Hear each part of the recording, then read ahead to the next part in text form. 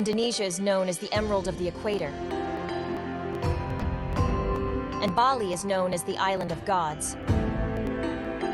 On this island, that ASGO Asian Society Gynecologic Oncology will hold its annual meeting from 29 November to 1st December 2024. The event will be held at the Bali Nusa Dua Convention Center, a well-known venue for international events, with a capacity of 1,000 participants and modern infrastructure to host world-class meetings. Bali is easily accessible. Many international airlines fly to Bali. The ASGO Symposium will be divided into 4 rooms, while the workshop will be divided into 2 rooms, Bit Deck and Venue. This is the ASGO to your local committee.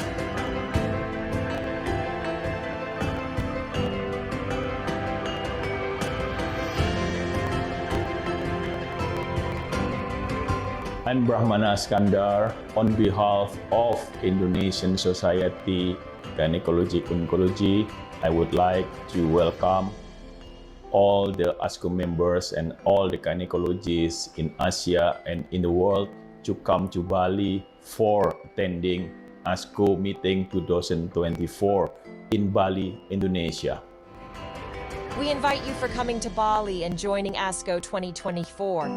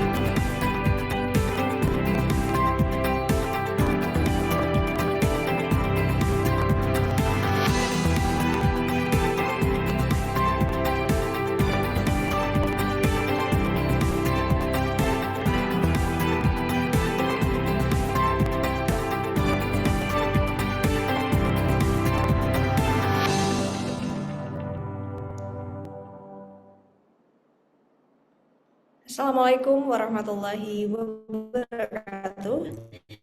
Selamat sore dan selamat datang di ASOGI seri ke-140. Apa saja kutanya Himpunan Onkologi Ginekologi Indonesia.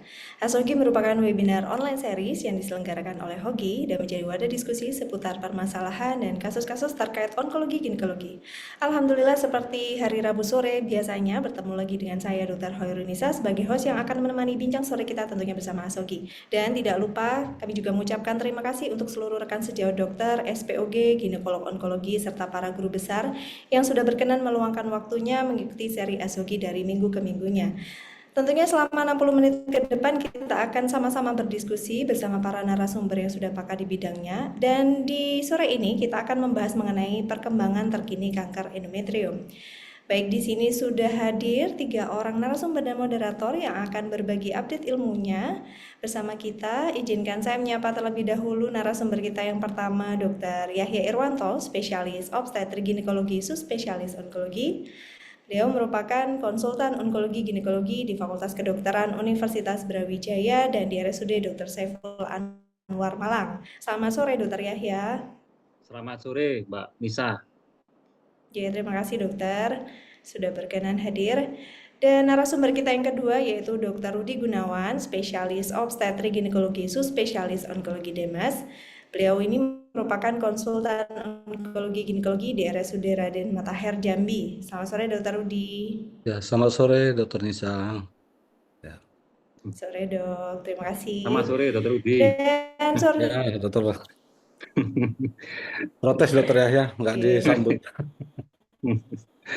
Ya. Lanjut dokter Nisa. Baik, dan yang akan menjadi moderator pada sore hari ini yaitu Dr. Ardanu Kusumanto, spesialis obstetrik ginekologi, subspesialis onkologi.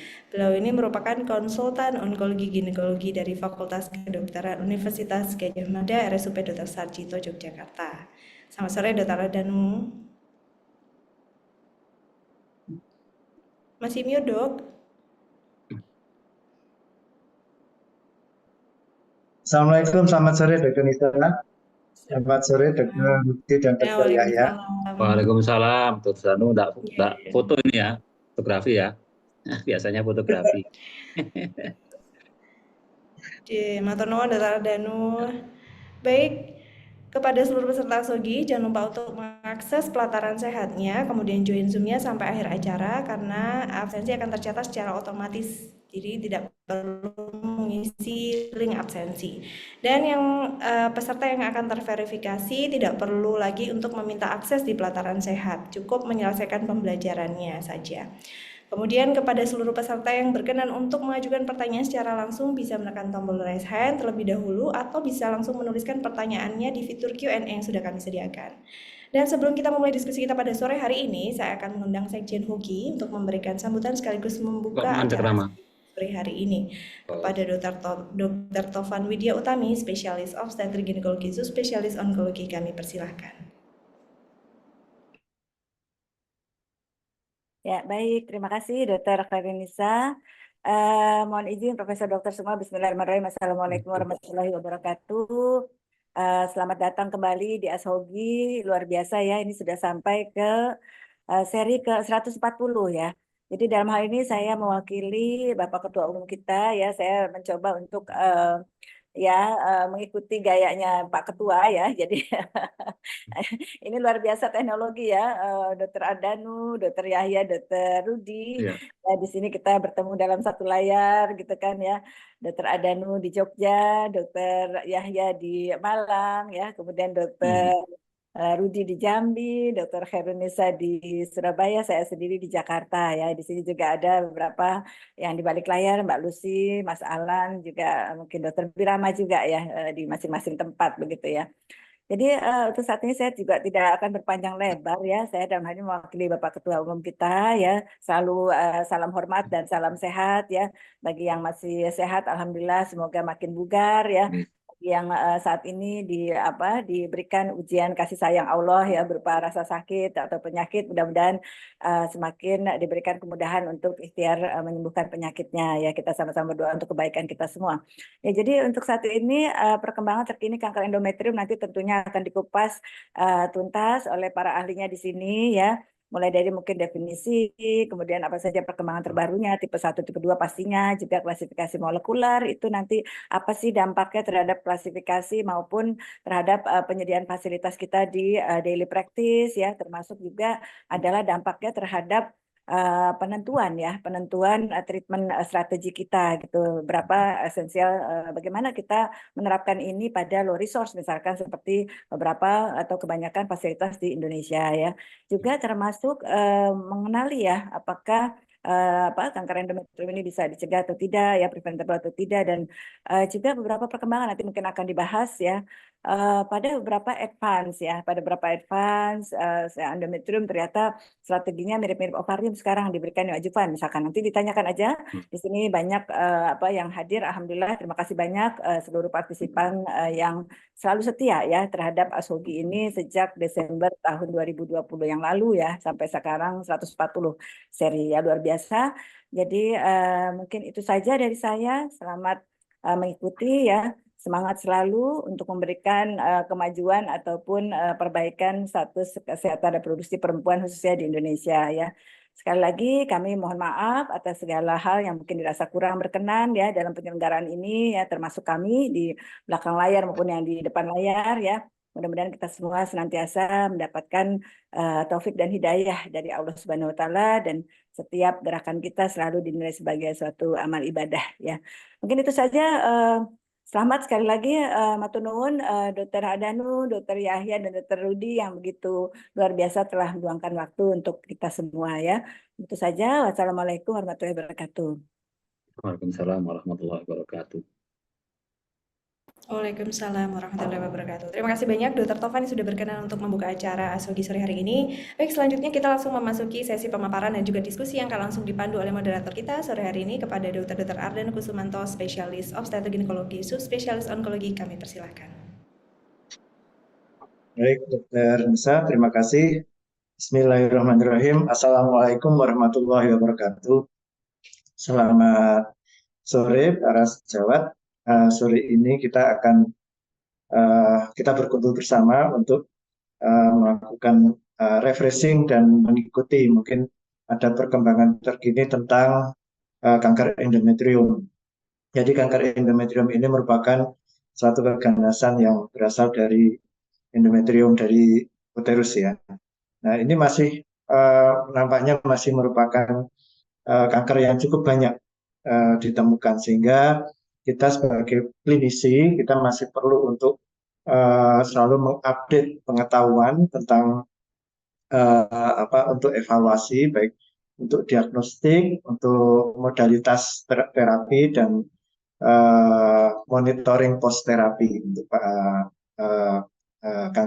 kanker ini.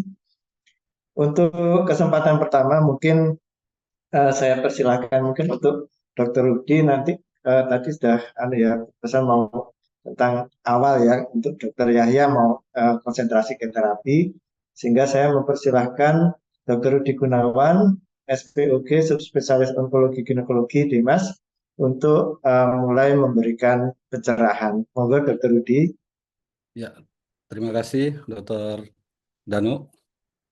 Jauh-jauh kita ketemu di webinar ya. Dr. Iya, Yahya, ini my soulmate banget nih. Satu angkatan, satu perjuangan, dan selesainya barengan. Ya, saya lanjut aja. Saya izin share dari ini.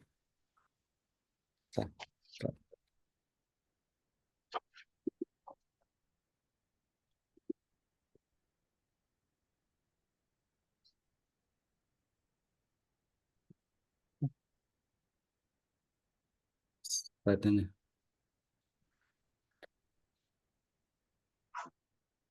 Ya. Ya, kita bicarakan kali ini masalah. Oh, mohon maaf, saya nanya dulu, udah tampil ya slide saya, Dr. Danu. ampun, Oh ya, ampun. makasih. Ya, kita berbicara masalah kanker endometrium. Kita dapat judul hari ini masalah ya perkembangan ya, terkini kanker endometrium. Ya, memang kanker endometrium sangat pesat ya dibandingkan yang lainnya perkembangannya. Ya, tadi telah disebut juga oleh Dr. Danu bahwa kanker endometrium merupakan ini adalah salah satu keganasan yang berasal dari epitel bagian dalam dinding rahim yang biasa kita sebut endometrium. Nah, berdasarkan data Globokan, ya, terdapat ada kenaikan kasus kanker endometrium dari tahun 2001 ke tahun 2022. Ya, ini sekitar 417.367 kasus baru di tahun 2001 menjadi 420.368 kasus baru di tahun 2022. Ya, padahal baru setahun gitu ya. Demikian juga angka kematian akibat kanker endometrium di tahun 2021 yakni 97.370 kematian, di tahun 2022 ya ada kenaikan lumayan 97.723 kasus kematian di dunia. Ya, tahun 2023 kanker endometrium ini merupakan keganasan ginekologi yang paling umum pada wanita di Amerika dan penyebab utama morbiditas dan mortalitas. Dia diperkirakan ya itu lebih dari 66.000 kasus baru diperkirakan terjadi pada tahun 2023 ya, dengan angka kematian lebih dari 30.000 wanita. Di mana karsinoma endometrium menyumbang jumlah kasus yang signifikan, yakni mencakup lebih dari 83%. Kalau yang lainnya sarkoma corpus kurang dari 10%, karsinoma serosa dan serosa papiler itu yang lebih virulen mencakup 4% hingga 6%, dan karsinoma endometrium sekitar 1%. Di Indonesia sendiri, ini saya kutip dari data dari Globokan ya, dari International Agency Research Cancer tahun 2022, bahwa kasus baru kanker endometrium itu 8.384 yang merupakan urutan ke-12 dari keseluruhan kejadian kanker both sex ya, kedua jenis ya kelamin di Indonesia. Dengan angka kematian 2.454 yang merupakan urutan ke-18 dari data keseluruhan kanker di Indonesia. Ya, udah cukup lumayan ini. Nah, kalau kita urut ya, sudah perkembangan yang Pigo sekarang, kita dari tahun 2020 kita lihat ke belakang ya, bahwa WHO menerbitkan edisi kelima ya, klasifikasi tumor klinikal pada wanita, di mana tipe histologis non agresif ya itu terdiri dari endometrioid, endometrial karsinoma itu yang grade 1 dan 2 yang masuk, sedangkan endometrioid ya, endometrial karsinoma grade 1 menunjukkan komposisi padat non kelenjar kurang dari 5%. Sedangkan yang tingkat 2 atau grade 2 menunjukkan komponen padat non kelenjar sekitar 5 sampai 50%. Ya. Di mana endometrial karsinoma ini merupakan subtipe histologis ya, yang paling umum, mencakup sekitar 85% dari kasus yang kita kenal.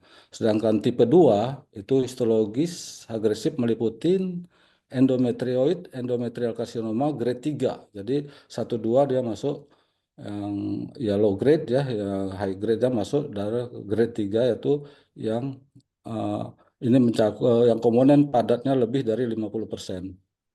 Dan dia lebih kompleks. Ya, sedangkan yang lainnya masuk dari tipe histologis agresif ini adalah serous karsinoma, clear cell karsinoma, mixed karsinoma, dan undifferentiated, dan yang karsinosarkoma dan gastrointestinal tipe ya. Nah, klasifikasi subtipe ini sebenarnya merupakan prediktor prognosis yang signifikan dan sampai saat ini ya masih terlibat dalam pembentukan dari revisi stadium Pigo yang lebih menunjukkan dapat memandu prognosis dan manajemen nantinya. Nah, kemudian kita ke belakang lagi, yaitu pada tahun 2013 Cancer Genome Atlas TCGE ya, mengidentifikasi ya, 4 submolekuler endometrium karsinoma tingkat tinggi yang tergantung pada arsitektur genetiknya, yaitu polymerase epsilon ultramutation dan mixed MAC repair deficiency, dan P53 abnormal dan non-specific molecular profile yang kadang disebut juga dengan NSMP. Ya. Studi dari Cancer Genome Atlas ini menunjukkan bahwa klasifikasi molekuler ya, yang lebih akurat daripada klasifikasi histologis sebagaimana stadium-stadium yang sebelumnya ya. Mengingat heterogenitas morfologisnya, maka studi baru ini menjadi dasar untuk studi yang lebih lanjut yang menunjukkan data prognostik berdasarkan subtipe molekuler yang akhirnya nanti dimasukkan dalam stadium Pigo yang direvisi yaitu 2023 tadi. Nah, ini sekilas gambaran merupakan ilustrasi klasifikasi molekuler kanker endometrium dengan saran ya, dengan saran penanganan terkait. Ya. Nah, mungkin nanti ini ada kaitan dengan prognostik dan terapi ya. Nanti Dr. Yahya mungkin nanti akan lebih banyak menjelaskan masalah terapi ya nanti. Nah, tahun 2023 ya, Pigo mengeluarkan sistem stadium kanker endometrium terbaru. Ya, setelah 14 tahun sejak sistem ya stadium kanker yang terakhir yaitu 2009. Di sini ada perubahan-perubahan yang tidak hanya mencakup jumlah variabel patologis prognostik baru, tetapi juga mengklasifikasikan molekuler yang baru. Jadi Vigo menggabungkan variabel-variabel baru ini dengan cara yang konsisten dan terdokumentasi dengan baik. Ya, revisi stadium Pigo 2003 ini mencakup kriteria histopatologi dan molekuler untuk klasifikasi dan substaging test, ya, substaging lesi, ya, berdasarkan data terbaru dari pedoman ESGO, ESTRO, ESP, dan kriteria WHO sendiri. Ya. Jadi semua organisasi ya, menganjurkan memang saat ini untuk kita ke arah biomolekuler. Nah, kalau kita lihat di sini ya secara garis besar bahwa stadium kanker endometrium FIGO 2023 ya, di mana stadium 1 terbatas pada korpus uteri dan ovarium, stadium 2 yaitu invasi stroma, ya, stadium 2 sampai invasi stroma, korpus uteri dan ovarium. Ya. Nah, untuk stadium 2 itu invasi stroma serviks dengan perluasan ekstrauterin atau dengan limfovaskuler, ya, space involvement, ya, keterlibatan dari kelenjar limfovaskuler dengan substansial atau tipe histologis agresif dengan invasi myometrium. Jadi stadium 3 itu penyebaran, ya, lokal dan atau regional tumor dari setiap subtipe histologis. Stadium 4 itu penyebaran ke kandung kemih dan atau mukosa usus, ya, dan metastase jarak jauh lainnya. Ya, kalau kita lihat di sini ada perbedaan antara FIGO 2009 dan FIGO 2003. Ya, kita lihat di sini memang ya stadium 1 dipecah di 2023 ya menjadi ini ada agresif, ya, histologis sampai dia stadium 1A3. Jadi kriteria stadium 1A3 yaitu kanker endometrium, ya, endometrioid low grade dengan invasi myometrium superficial kurang dari 50% dan tidak ada limfovaskuler, ya, space involved, ya, keterlibatan limfovaskuler tidak ada, yang substansial, ya. Jadi tidak adanya metastase tambahan dan juga tumor ovarium unilateral yang terbatas pada ovarium yang, ya, invasi menembus kapsul, ya, setara di sini mirip dengan setara PT1A, ya. Ini yang berdasarkan TNMO, ya, yang ini. Nah, untuk stadium 2 ini lebih detail juga lagi, ya, mungkin untuk singkat waktu, ya, mungkin nanti bisa karena waktu kita sangat terbatas, ya, sebenarnya banyak sekali yang mau dibahas, ya. Nah, ini stadium kanker endometrium dengan klasifikasi molekuler, ya. Ini penyebutan stadiumnya. Contohnya misalnya temuan molekuler pada kanker endometrium stadium dini, misalnya stadium 1 dan 2. Jadi penentuan stadium melalui yang kita tahu bahwa penentuan stadium pada endometrium adalah melalui bedah. Jadi stadium 1 ini ya 1A dengan mutasi polimerase epsilon, ya, ultramutasi, ya. Ini mungkin cara penulisannya. Jadi di sini karsinoma endometrium ya, polimerase epsilon mutase itu terbatas pada korpus uteri atau dengan perluasan serviks terlepas dari derajat LPSI atau jenis histologi. Sedangkan stadium 2C itu P53 abnormal, ya. Jadi P3 abnormal ini karsinoma endometrium terbatas pada korpus uteri dengan invasi myometrium dengan atau tanpa, ya, serviks dan terlepas dari derajat LPSI-nya atau jenis histologi. Ini adalah ilustrasi langkah-langkah dalam klasifikasi molekuler dengan proaktif molecular risk classifier for endometrium yang kita kenal dengan PROMISE-A, ya, PROMISE-A. Ini adalah cara yang sederhana dibandingkan lainnya. Ya, mungkin dianjurkan, ya, dibandingkan cara-cara lain, ya.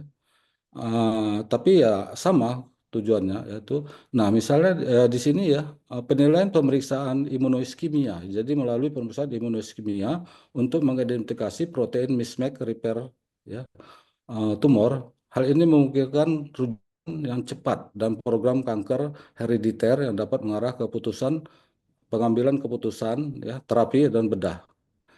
Yang kedua yaitu penilaian tumor selanjutnya, yakni polimerase epsilon.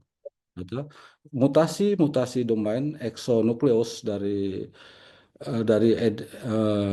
ya, EDM-nya, ya, DMS. Dan terakhir untuk imunoiskimia protein 53 atau P53 ini menghasilkan subgrup, yakni mismatch, ya, mismatch repair defisiensi polimerase epsilon P53 wild type dan P53 wild type dan mulai model mutasi P300 atau miss ya. Jadi ini yang dikatakan P53 abnormal yang cukup ganas. Nah, terapi di sini saya hanya sekilas yaitu tumor endometrium ini langkah-langkahnya kita lakukan biopsi, maka ini langsung kita tingkatkan risiko tinggi, apakah risiko rendah. Risiko tinggi tidak dapat dioperasi, itu dapat dilakukan kemoterapi, neoadjuvan, plus minus, nah sekarang ada plus minus, external beam radioterapi, atau plus minus dari brachytherapy. Ya. Nah, ini mungkin ada dilebihkan dari yang pas sebelumnya.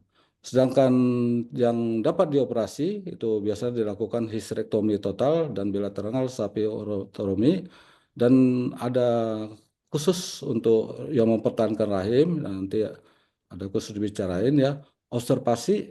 Nah ini langsung kemudian observasinya. Mungkin sampai sini yang dapat saya sampaikan mengingat waktu. Dokter Yaya mungkin akan lebih menjelaskan terapi yang biomolekuler ini ya, masuk terapi target. Demikian Dr. Danu.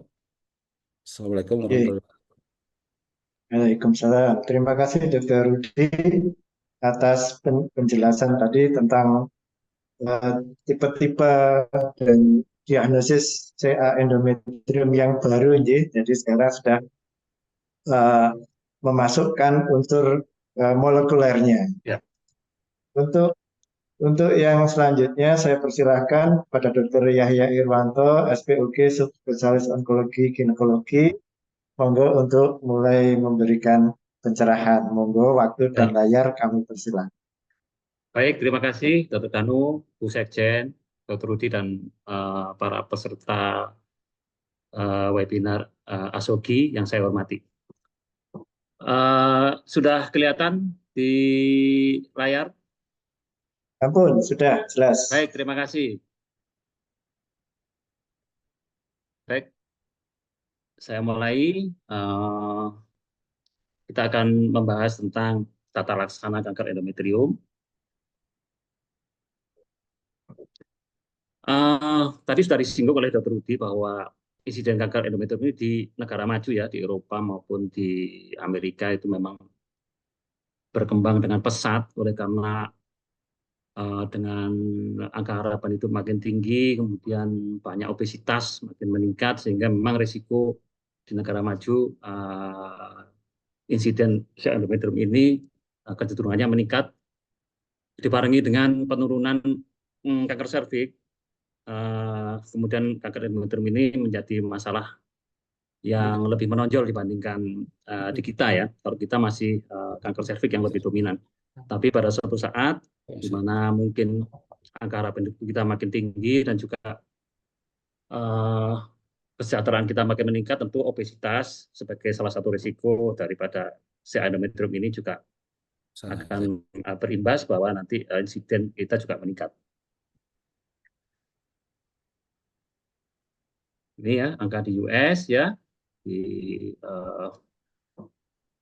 Menariknya kanker endometrium ini menjadi satu-satunya kanker yang meningkat di sana ya, di negara maju ya. Jadi ada kecenderungan untuk peningkatan insiden ya, dibarengi dengan kecenderungan peningkatan mortalitas ya.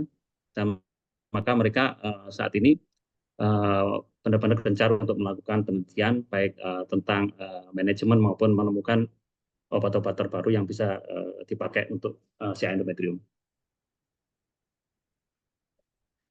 Sebenarnya kita tidak bisa mengikuti sepenuhnya ya apa yang dikerjakan di negara maju sekarang, karena memang kita termasuk low resources ya. Jadi sebenarnya ada tiga hal yang membedakan kita dengan negara maju saat ini ya. Yang pertama adalah masalah manajemen ya, di mana mereka lebih mengutamakan minimal invasif ya. Kita masih belum. Yang kedua tentang integrasi diagnostik ya, untuk mendeteksi adanya faktor risiko ya, prognostik ya. Mereka sudah menggunakan molecular guided ya, pemeriksaan biomolekuler. Kita masih belum ya, apalagi dengan pasien BPJS. Dan juga tentang penggunaan obat-obat terbaru ya, yang sudah digunakan. Yang terbaru adalah menggunakan imunoterapi, terutama ya, penggunaan checkpoint inhibitor ya, pembrolizumab dan kawan-kawan itu yang harganya sangat mahal. Ya tentu saja kita tidak bisa mengikuti secara penuh, akan tetapi kita harus mengikuti secara ilmu ya, kita harus mengikuti perkembangan yang ada di dunia. Jadi kalau kita ibaratkan bahwa perkembangan penata laksanaan kanker endometrium ya, itu adalah ibarat kita membandingkan kalau di kita adalah dengan mikroskop yang cahaya, sedangkan mereka sudah menggunakan mikroskop yang molekuler ya, jadi memang bedanya sangat jauh. Kemudian kita tahu bahwa 90% pasien datang ya itu dengan AUB, postmortem cell bleeding ya. Kemudian biasanya kita lakukan endometrial sampling baik office biopsi maupun dilatasi kuretase atau fractional kuretase. Dan kalau ada fasilitas biasanya kita lakukan histeroskopi ya. Kemudian juga dianjurkan untuk melakukan imaging ya dengan chest X-ray ya, CT scan, MRI kalau ada ya. Terutama untuk kasus-kasus yang masuk ke dalam kelompok high risk group ya. Nah, ini yang bedanya dengan kita ya. Kita masih menggunakan untuk menentukan prognostik risk group, kita masih menggunakan cara konvensional ya. Jadi menggunakan stadium menurut Vigo ya, kemudian grade, kemudian jenis endometrioid atau non endometrioid, kemudian ada LVSI. Sedangkan di negara yang sudah maju, mereka menggunakan klasifikasi molekuler yang sebagaimana tadi diterangkan oleh Dr. Rudi ya. Pada dasarnya ada 4 golongan ya. Ada pool mutation yang merupakan prognosis terbaik ya kalau kita temukan. Kemudian ada mismatch repair ya yang defisien, itu juga bagus prognosanya. Kemudian yang terburuk adalah apabila ditemukan adanya abnormalitas atau mutasi dari P53. Ini tadi sudah Dr. Rudi, jadi dalam hal untuk menggolongkan risiko prognosis ya, kita masih memakai yang konvensional, sedangkan di negara maju sudah memakai kombinasi antara yang konvensional ditambah dengan klasifikasi molekuler. Yang itu nanti dampaknya adalah sangat besar dalam hal penata laksanaan pasien. Ini adalah klasifikasi molekuler yang tadi disinggung oleh Dr. Rudi, tidak perlu saya jelaskan lagi ya. Jadi yang pertama adalah surgical staging ya.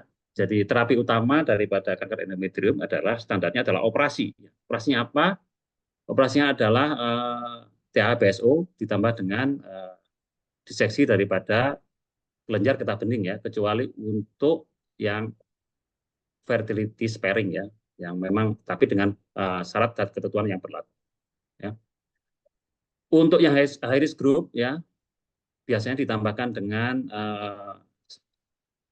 washing peritoneal, ya, omental sampling maupun omentektomi infrakolik. Ya.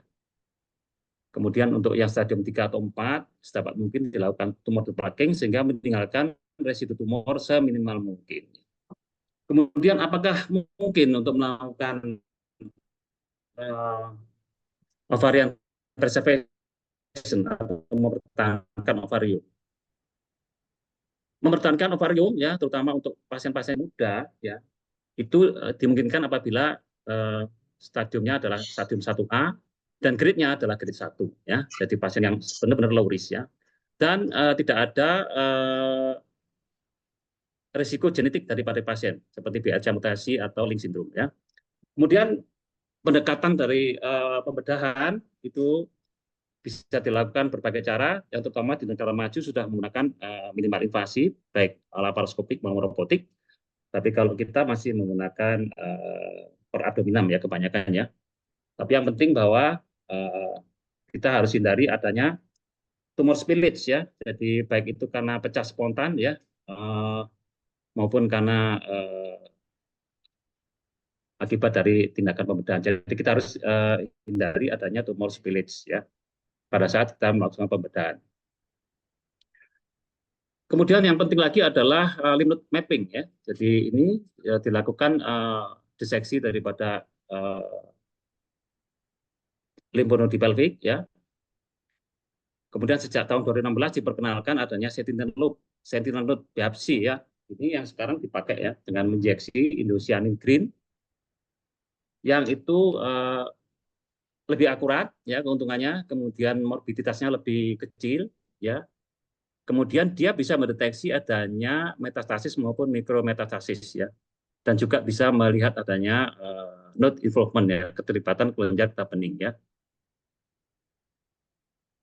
Untuk fertility sparing ya, apakah memungkinkan pasien-pasien endometrium itu dilakukan mempertahankan fertilitasnya ya pada mereka pasien yang usia muda dan masih belum punya anak? Ini bisa kita lakukan, tapi tentunya dengan seleksi pasien yang sangat-sangat ketat, yaitu pada pasien-pasien yang grade 1, ya, stadium 1A, kemudian endometrioid, ya, tipe 1. Kemudian harus dilakukan informed consent dengan benar-benar bahwa ini adalah bukan terapi standar. Terapi standar daripada si endometrium adalah TAH, BSO yang seperti kita sebutkan tadi, ya. Kemudian juga harus dilakukan biopsi ya secara histeroskopik. Kemudian juga perlu dilakukan evaluasi oleh yang expert, transvaginal USG maupun MRI sebelum kita melakukan tindakan untuk fertility sparing ini. Kemudian biasanya kita lakukan pemberian progesteron ya, dan kemudian kita evaluasi apabila selama 6 bulan tidak terjadi regresi ya.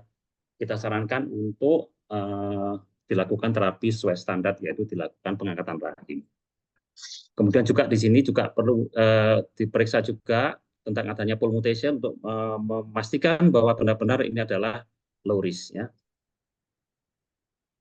Jadi manfaat pemeriksaan tipe molekuler pada kanker endometrium ini adalah menentukan jenis adjuvan yang akan kita berikan, kemudian ini kita bisa memberikan manajemen yang lebih precise ya.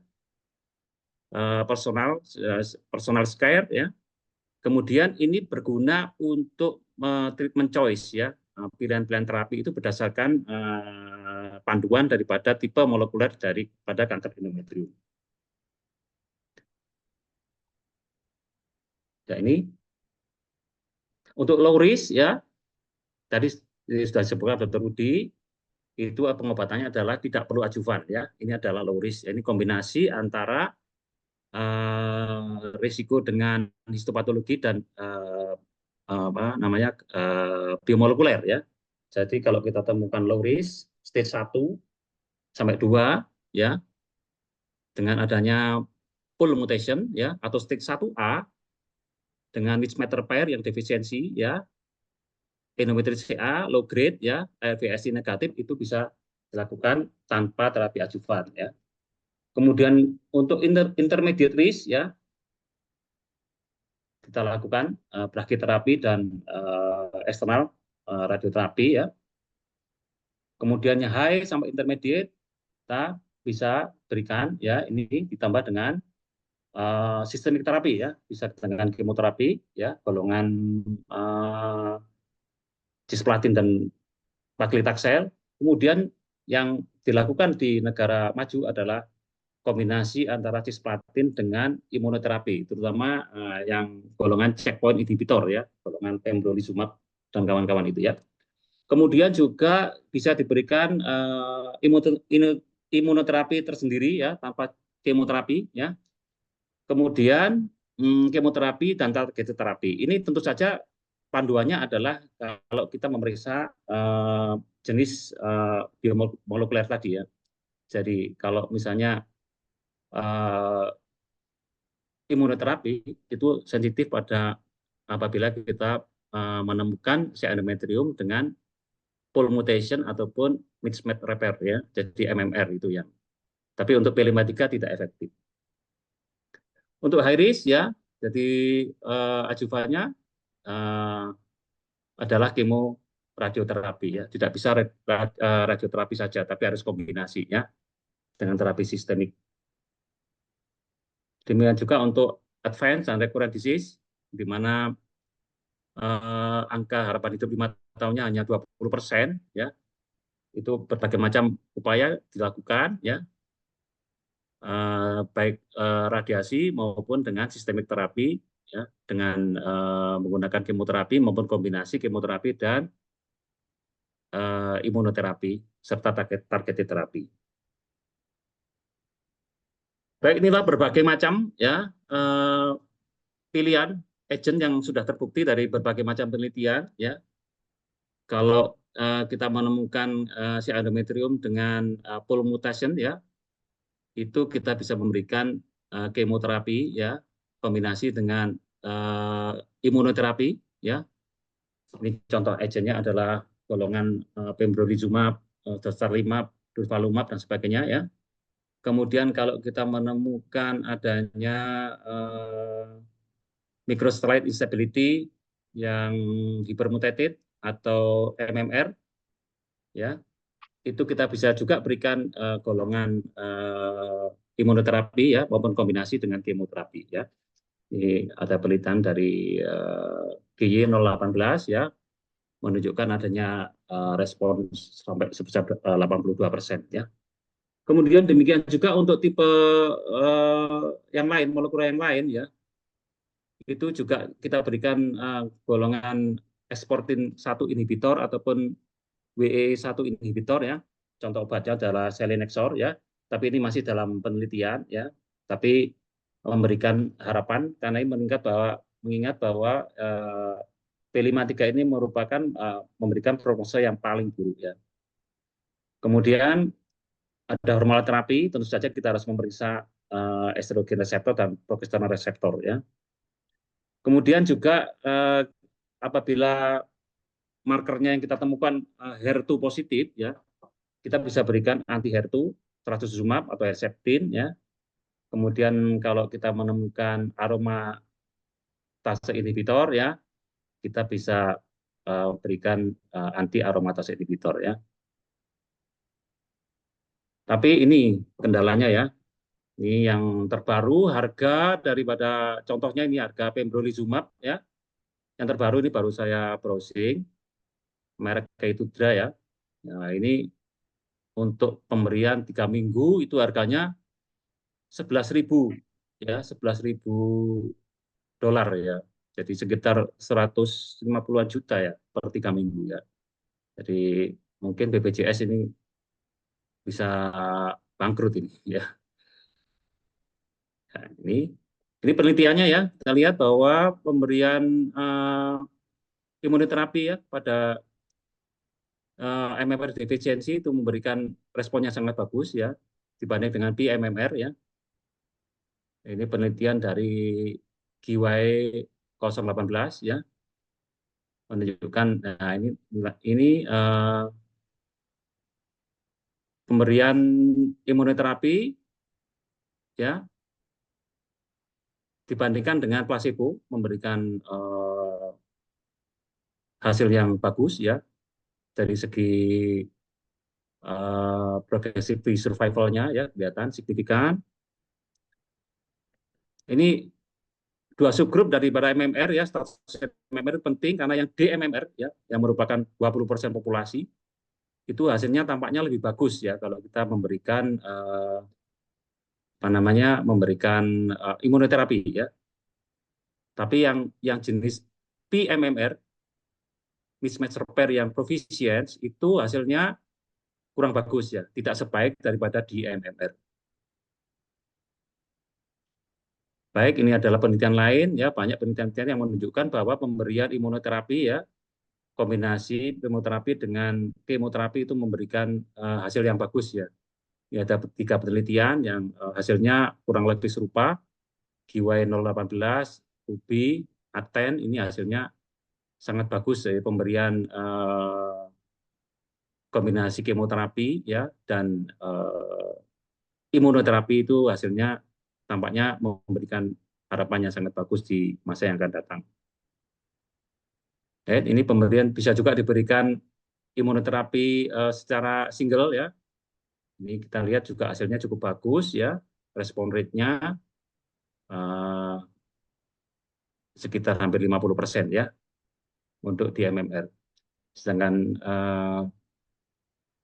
ini adalah rasional pemberian kemoterapi ditambah dengan imunoterapi ya.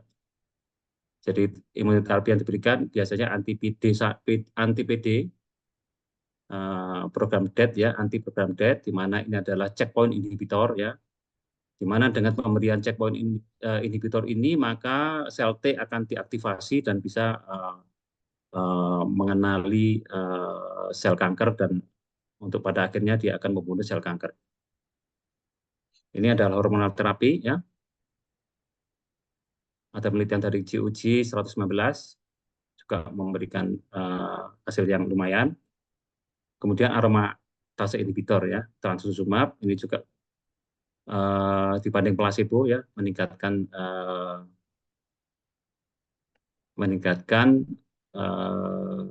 survival dibanding placebo ya. Baik, ini studi yang baru yang masih belum ada hasilnya, yang sama-sama kita tunggu ya. Baik, saya kira itu yang bisa saya sampaikan. Saya kembalikan lagi pada Dr. Danu. Terima kasih. Assalamualaikum warahmatullahi wabarakatuh. Waalaikumsalam. Matur suwun. Terima kasih Dr. Yahya atas penjelasan tentang terapi terkininya ya. Jadi memang saya rasa sebagian besar dari kita sudah melakukan terapi yang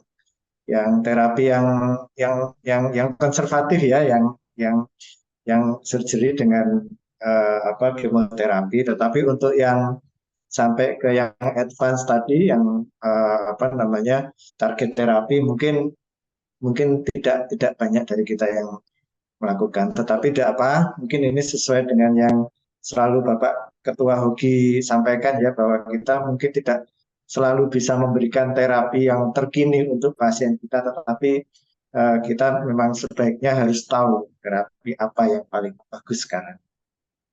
Baik, untuk menghemat waktu, mungkin saya persilahkan untuk para peserta untuk memberikan, kalau ada pertanyaan atau diskusi, mungkin saya mulai dari yang di question and Q&A ya. Ini ada anonymous attendee.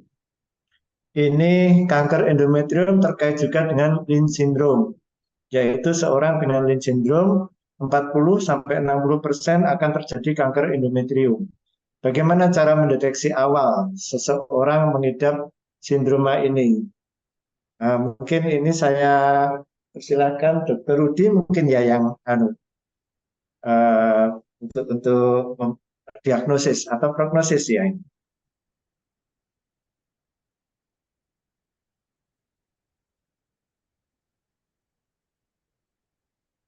Monggo Dr. Rudi. Terima kasih Dr. Danu. Tadi mood ya. Untuk deteksi yang pastinya kita tetap ya karena itu kan turunan ya genetik, artinya mulai dari anamnesis ya, semua pasien. Kalau kita dapat pasien dengan perdarahan yang di luar PLOB ya kita jangan hanya bermain USG, kita anamnesis ada ke arah masuk yang karena ini 50% sampai 60% loh kejadiannya kan pada sindrom maling ya, itu kanker endometrium baru. Dari pemeriksaan itu ya tadi ya yang tadi pemeriksaan biomolekuler ya gen-gennya tadi ya mungkin ini yang kita sulit ya di kita, tapi dari kita mungkin ya dari anamnesis tadi riwayat itu kan hal yang paling mudah gitu sebenarnya, baru dari pemeriksaan ya karena jelas harus melalui pengujian genetik ya, pemeriksaan tumor, dan kalau kolorektal itu dari kolonoskopi. Kalau kita bisa dari USG ya mungkin sampelnya bisa diambil dari pada biopsi kan gitu, lalu biopsi pada endometrium. Yang jelas pengujian genetik tadi ya di laboratorium khusus ya. Ada beberapa screening kanker yang dianjurkan untuk penderita Lynch syndrome itu adalah ya, salah satunya USG rahim ya untuk deteksi dini kanker ovarium dan kanker endometrium, baru kolonoskopi, ya, endoskopi, MRI, itu, dan tes darah tadi. Mungkin itu yang dapat saya sampaikan, Dr. Danu.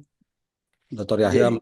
menyampaikan bisa. Ya, berkenaan dengan Lynch syndrome tadi ya, dalam hubungannya dengan kanker endometrium, tadi kita sebutkan bahwa Lynch syndrome itu adalah suatu sindroma akibat kelainan genetik, biasanya berakibat punya resiko untuk kanker endometrium, kanker ovarium, dan kanker kolorektal ya. Jadi pada pasien-pasien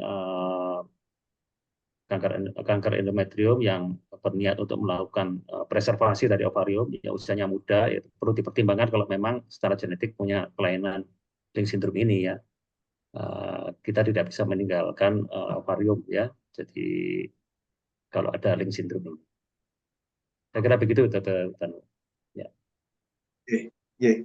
Jadi memang ya Dokter Yahya dan Dokter Rudi, mungkin faktor risiko yang harus kita perhatikan ya kalau ada Ya. keluarga yang kanker rektal, kanker endometrium, kanker ovarium, nah kita harus dan melakukan pemeriksaan genetik ya. Ya, Yang saya kira sekarang di kota-kota besar juga sudah tersedia, Dokter Danu. Ya. Kemarin saya lihat juga kemarin di Prodia itu sudah menyediakan pemeriksaan Leishman pair dan full mutation juga sudah bisa ya. Jadi mungkin untuk diagnostik kita bisa ya. Jadi tapi untuk terapi saya kira karena mahal sekali ya. Jadi 100 juta per sekali ya. Dan itu dilakukan sampai seterusnya ya, sampai until disease progression ya, sampai nggak mempan ya, atau sampai pasiennya dananya habis ya. Jadi kalau untuk diagnostik saya kira kemarin saya tanyakan harganya sekitar 3 juta dokter.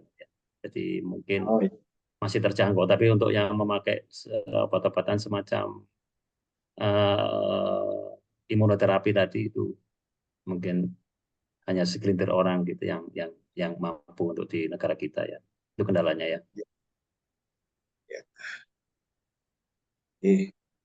Baik, mungkin ada lagi yang akan memberikan pertanyaan atau diskusi, monggo di question dan masih belum ada lagi. Nah, dokter kalau misalkan apa tadi yang fertility preservation ya, jadi seorang yang masih muda kemudian sudah dia terdiagnosis CA endometrium dan memang strategi awal 1A grade 1 ya. Jadi mungkin dia tidak mempunyai akses untuk program ingin anak. Jadi, apakah kita masih perlu menawarkan untuk itu fertility conservation tadi? Ya, tentu saja kalau namanya fertility conservation ya memang concernnya adalah supaya memiliki keturunan, Dr. Danu ya. Tapi ya kembali lagi bahwa kalau memang kita berniat untuk fertility sparing, maka memang seleksinya harus sangat-sangat ketat ya. Jadi harus konseling benar-benar bahwa terapi yang kita lakukan adalah bukan terapi standar ya, dan harus kita ikuti benar-benar hasilnya ya. Kalau memang tidak respon selama 6 bulan ternyata tidak berhasil ya kita tawarkan terpaksa histerektomi ya.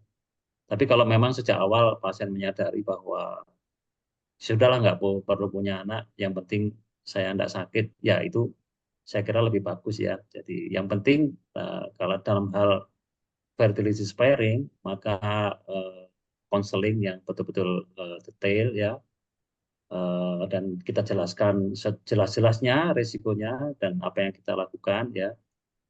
Ya saya kira itu harus kita kerjakan kalau kita berniat melakukan fertility sparing. Oke. Terima kasih Dokter Yahya. Baik, mungkin ini sebetulnya masih ada waktu lagi sekitar 6 menit. Monggo, apakah masih ada yang mau memberikan pertanyaan?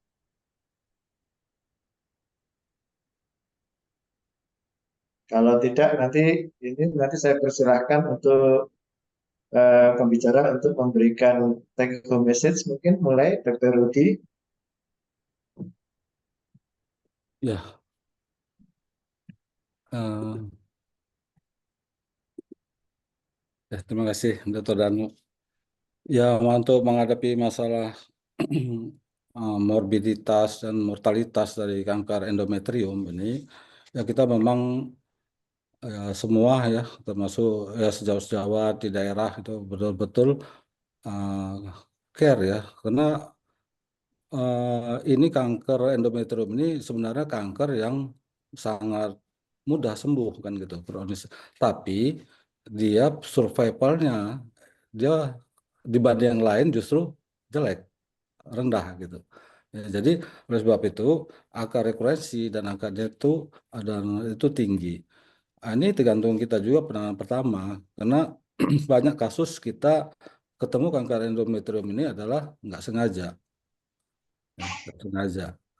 Bahkan ada beberapa yang sampai di terapi apa itu untuk nggak mengarah ke kanker endometrium ya, tapi hanya di UB biasa kan, gitu. Jadi kita betul-betul care di sini kalau ada perdarahan, perpaginam yang sesuai dengan kasih ya kalau kita kuret ya atau biopsi ya itu nih.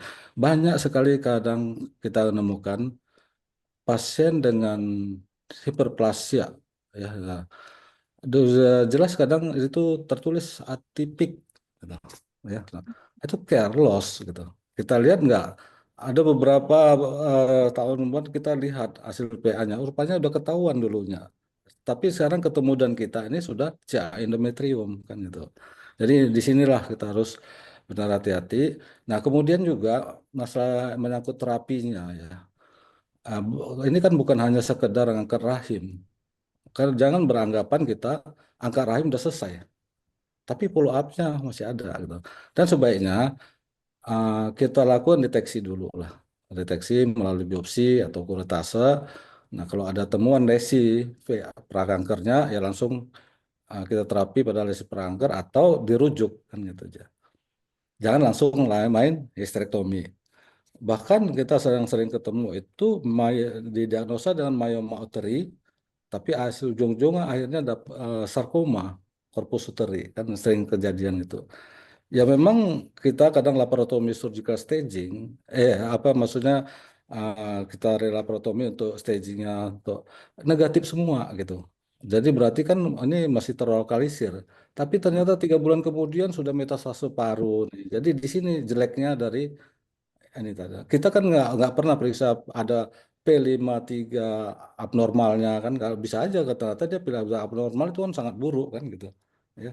Jadi kita harus hati-hati pada care dan perdarahan abdominal pada maaf perdarahan dari abnormal uterus ya. Kalau bisa satu yang paling sering kita tinggalkan adalah screening tadi melalui riwayat untuk untuk menghindar herediter dan faktor herediter yang ke belakangnya kita selamat. Ya, saya rasa untuk itu ya, yang dapat saya sampaikan.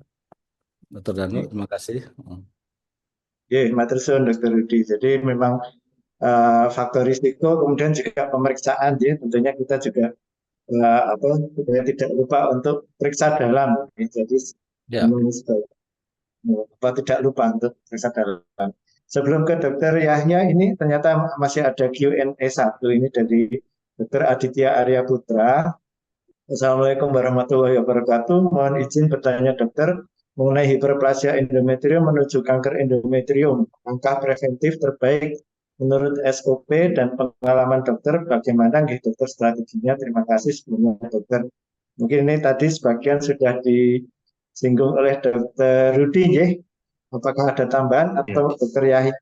Nggih, monggo. ya. eh, itu mengenai hiperplasia endometrium ya. Jadi kalau memang simplex ya itu tidak perlu dilakukan histerektomi. Tapi kalau atipik ya itu merupakan suatu precancer lesion ya yang kita perlu jelaskan kepada pasien ya bahwa sebaiknya dilakukan pengangkatan rahim ya, terutama apabila memang anaknya sudah cukup ya. Jadi saya kira memang kanker endometrium ini sebetulnya treatable ya, karena kebanyakan pasien itu datang dengan AUB ya, dengan AUB. Kemudian pasti dia segera meminta pertolongan ke SPUG ya, dan perlu kita waspada di situ ya. Jadi setiap AUB ya, terutama untuk AUB postmenopausal bleeding ya, jadi pasien-pasien yang usianya postmenopause, harus dipastikan bahwa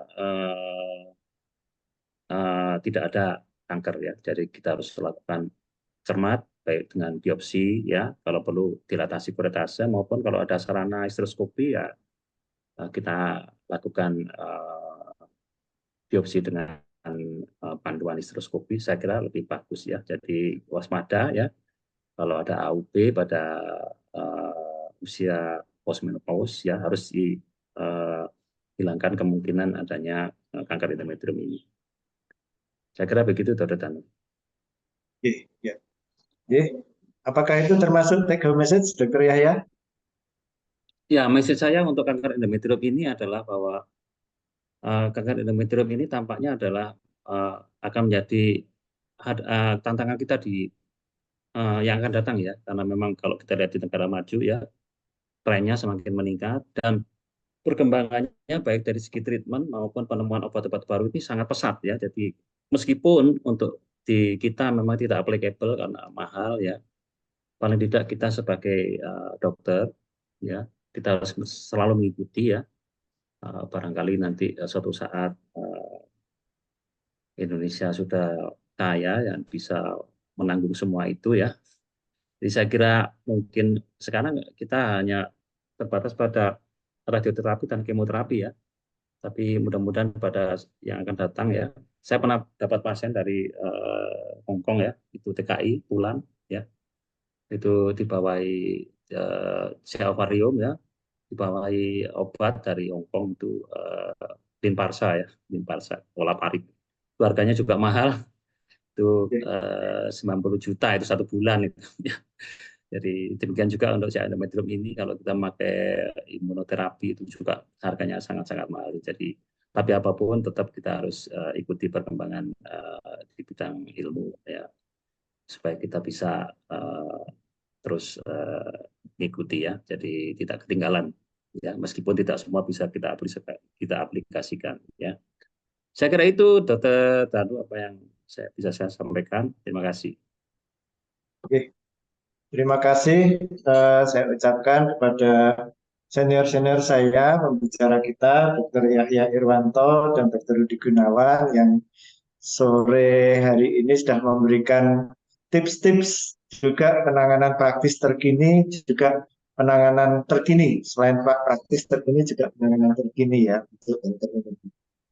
Mudah-mudahan apa yang kita bahas hari ini bisa menjadi sedikit tambahan bekal bagi kita semua dalam praktek kita sehari-hari.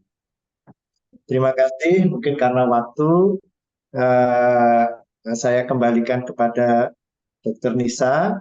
Monggo Dr. Nisa, matur suwun, mohon maaf kalau ada salah. Wassalamualaikum warahmatullahi wabarakatuh. Waalaikumsalam warahmatullahi wabarakatuh. Baik, terima kasih banyak. Apresiasi juga untuk para dokter sore hari ini atas sedekah ilmunya. Dr. Adanu terima kasih, Dr. Rudi, Dr. Yahya juga terima kasih.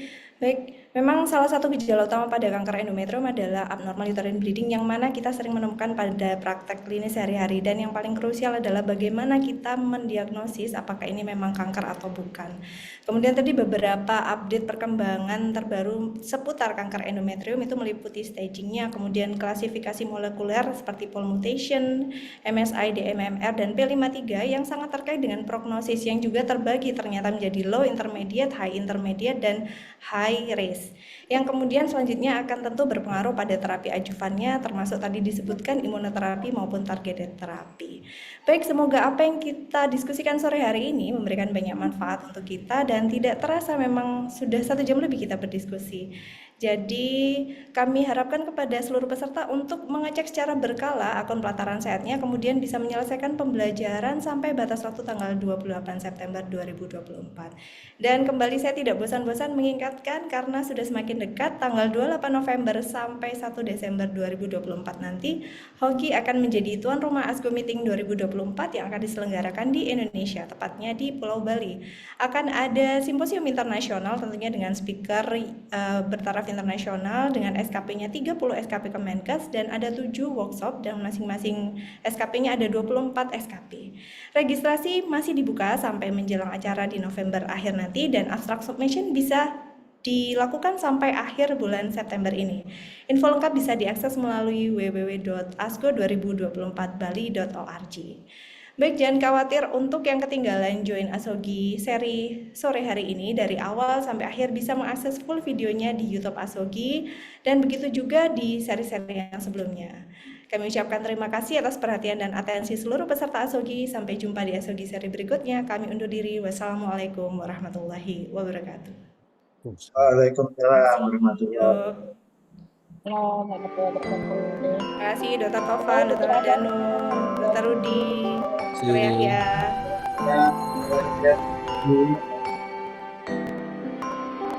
Indonesia is known as the Emerald of the Equator, and Bali is known as the Island of Gods. On this island, that ASGO Asian Society Gynecologic Oncology will hold its annual meeting from 29 November to 1st December 2024. The event will be held at the Bali Nusa Dua Convention Center, a well-known venue for international events, with a capacity of 1,000 participants and modern infrastructure to host world-class meetings. Bali is easily accessible. Many international airlines fly to Bali. The ASGO Symposium will be divided into 4 rooms, while the workshop will be divided into 2 rooms, Bit Deck and Venue. This is the ASGO to Local Committee.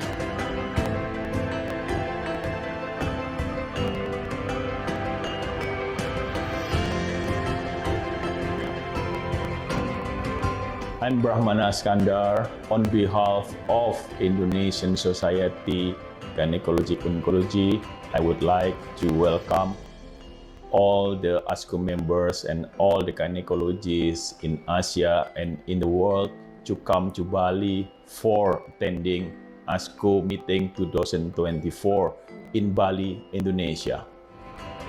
We invite you for coming to Bali and joining ASGO 2024.